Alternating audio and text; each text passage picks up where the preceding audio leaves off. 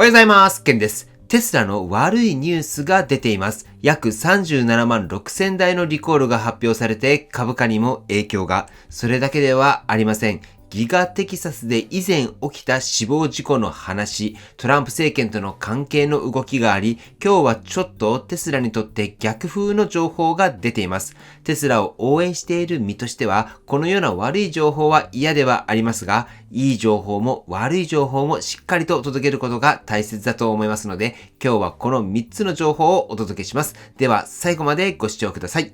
まずは最初に一番大きなニュースからいきます。テスラがアメリカで約37万6000台のリコールを発表しました。原因は電力管理のトラブルで、特に低速の時にステアリングが効きづらくなる可能性があるようです。これっていうのはテスラオーナーさんからしても、マジでって感じではあるんですけれども、安全性に直結する問題なので株価にも影響を与え、先週末の下落にもつながっているようです。また今回のリコールですが OTA で対応になるのか、ここも現時点ではまだ分かっていません。日本のテスラの方にも対象となっているようです。こちら僕も気になりますが、まだあまり調べられてないので調べてみたいと思います。では次はギガテキサスで起こるちょっと嫌な話なんですけれども、去年ビクター・ゴメズさんって言われる方が電気絡みの事故で亡くなられています。で、今になってこれが問題になってきているようです。実は OSHA っていう労働安全衛生局がテスラを告発したようです。安全管理が不十分という理由です。さらに2021年には別の作業員が熱中症で亡くなっていて、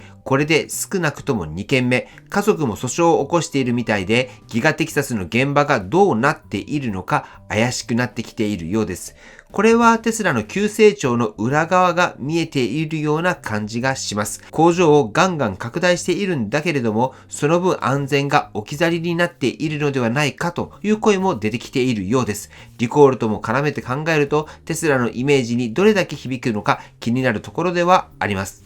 では本日最後のニュースなんですけれども、トランプ政権との動きです。先日僕の YouTube でも紹介しましたが、アメリカ政府がテスラの構想車を約600億円で買う計画があったんですが、これが保留になったようです。その理由なんですが、イーロンさんがトランプ大統領と今は近い関係で、政府効率化省のトップもやっているので、利益相反じゃないかって声が上がっています。これは以前の動画でもお伝えしていますけれども、結局計画書からテスラって名前が消されて、ただの走行電動車って書き換えられたようで、テスラを買うかどうかっていうのが保留になってしまったようです。これはテスラにとっては何を意味するのかというところではあるんですけれども、イーロンさんの政治的なコネがビジネスにプラスとなるかと思いきや、逆に足を引っ張る可能性もあるっていうのが見えてきます。これからイーロンさんが同時でいろいろと活動すればするほど、テスラにとって何かしら逆風的なことが起きる可能性があるということになります。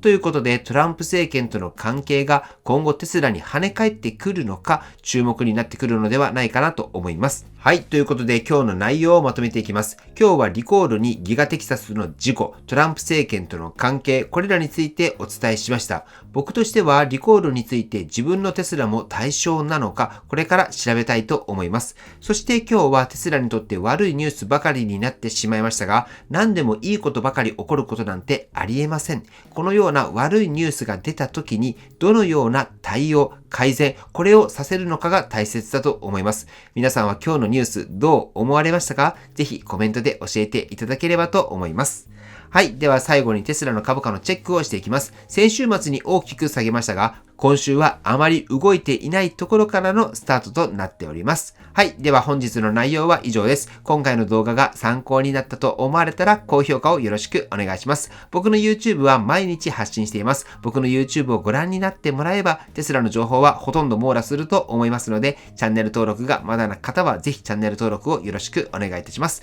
では今日も最後までご視聴していただきありがとうございます。テスラのある生活を楽しんでいきましょう。ではまた。